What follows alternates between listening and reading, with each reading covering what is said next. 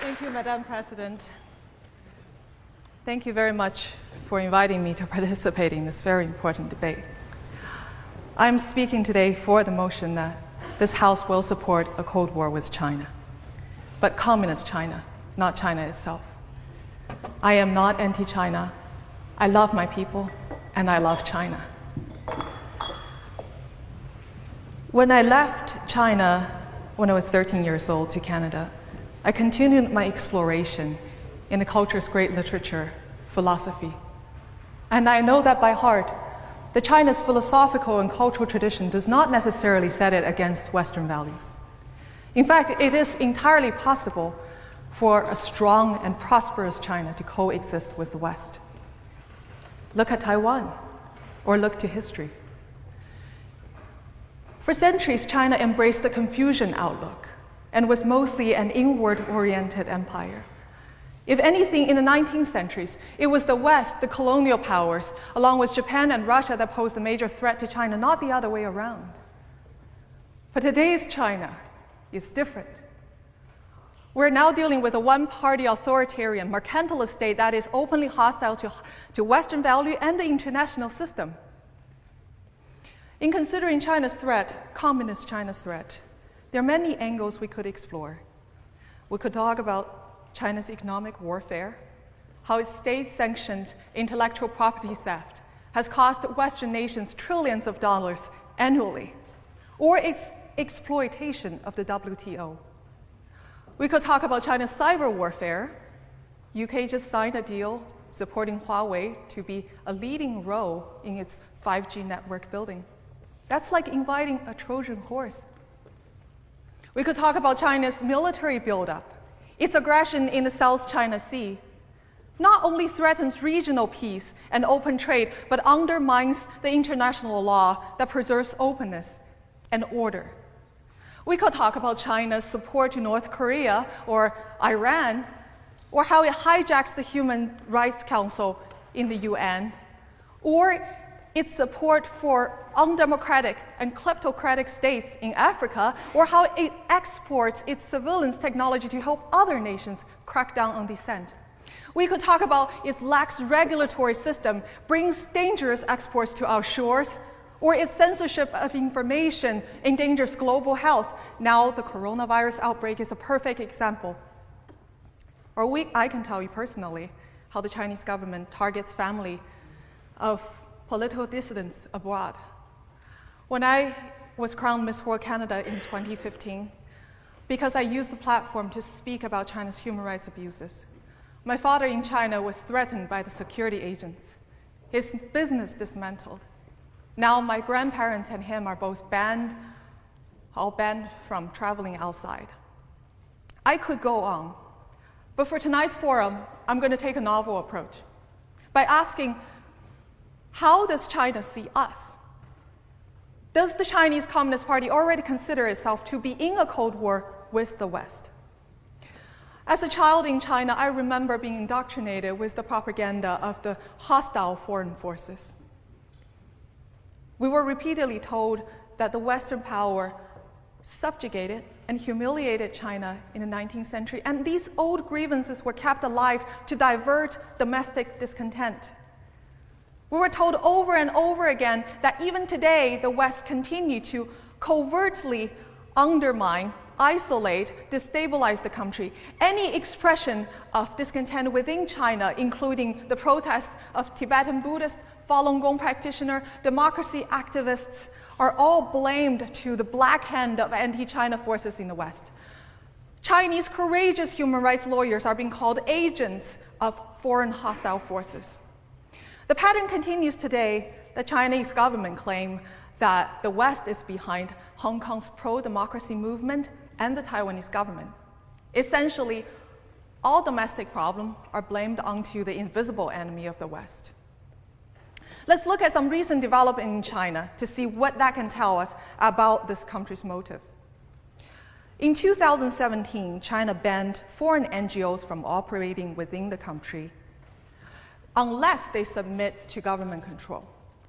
Even environmental groups and women's health groups have to have their annual report and their annual plans being approved by the police. The Chinese government claimed that this is to ensure that these NGOs do not subvert the country. Now, why would the Chinese government worry that these foreign NGOs would do anything harmful to China? Perhaps because the Chinese control groups are doing exactly this in our countries. Beijing backed numerous front organizations, civil societies in Western society. These groups act as an extension to the party and state apparatus. They're oftentimes mobilized to influence local election results or policies in the West. These groups are controlled directly by the United Front Department and the Office of Overseas Chinese. But these connections are often concealed from the public. Now let's look at another example.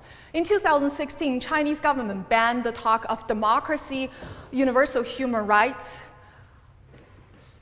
rule of law in Chinese classrooms and curriculum. That is a clear signal that the Chinese Communist Party sees the Western value as a threat to its ideology and its view on the importance of indoctrinating its youth on the right political view.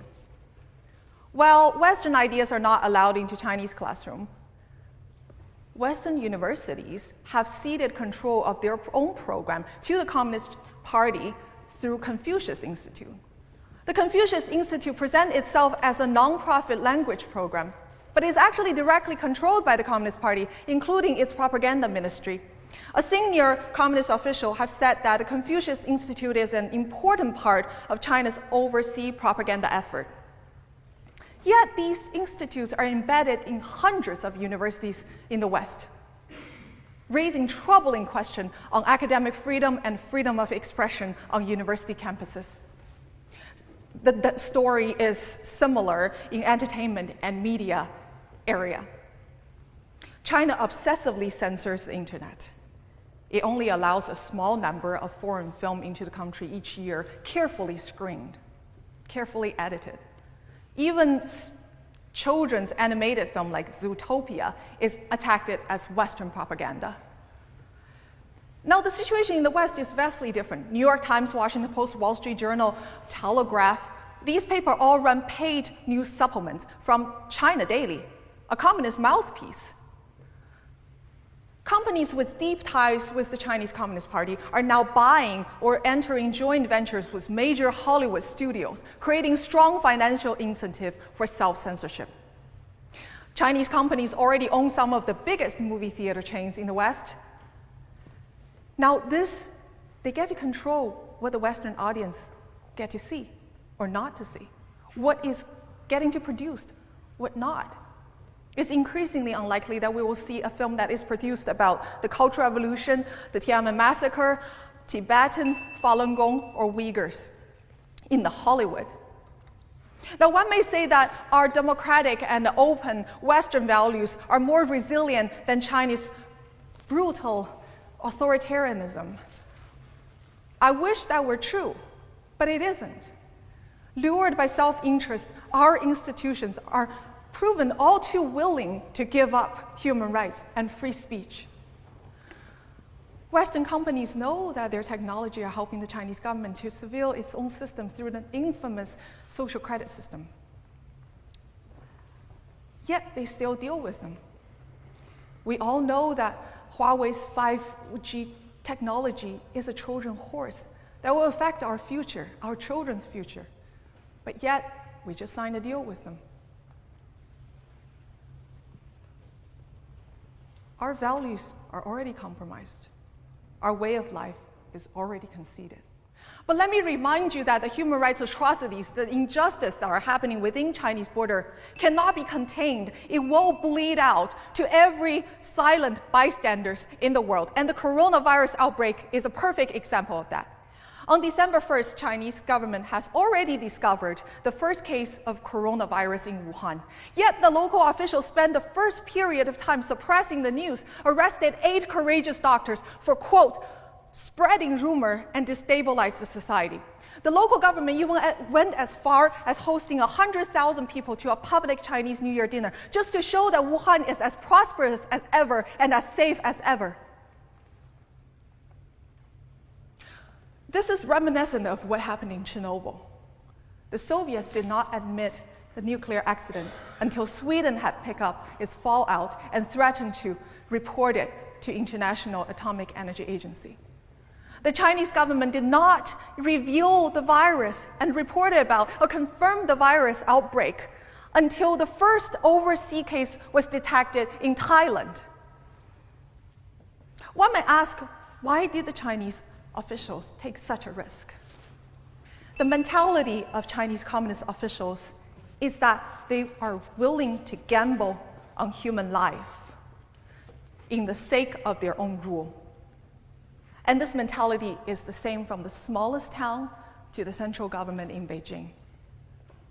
The sole purpose for Chinese Communist Party is to stay in power, disregarding the cost of human life. There are many doctors, courageous doctors and nurses, using different channels to try to tell the world the truth about the outbreak. They reported that the hospitals are over capacity, doctors and nurses are infected, many people are turned away to self-quarantine at home, many people are dying. The life under authoritarian Chinese Communist Party is a life without God's grace. It's a life where your innate worth as a human being is never recognized and your value is judged solely on your use for the Chinese Communist Party. And that was my childhood. I want to close by reminding everyone that supporting a Cold War with China, Communist China, you're standing with the Chinese people. By confronting a regime that has brought turmoil and suffering onto this ancient land for decades. I also want to leave you with this question. If the Chinese Communist government does not treat its own citizens with any respect, why should us in the West expect ourselves to be treated any differently? Thank you.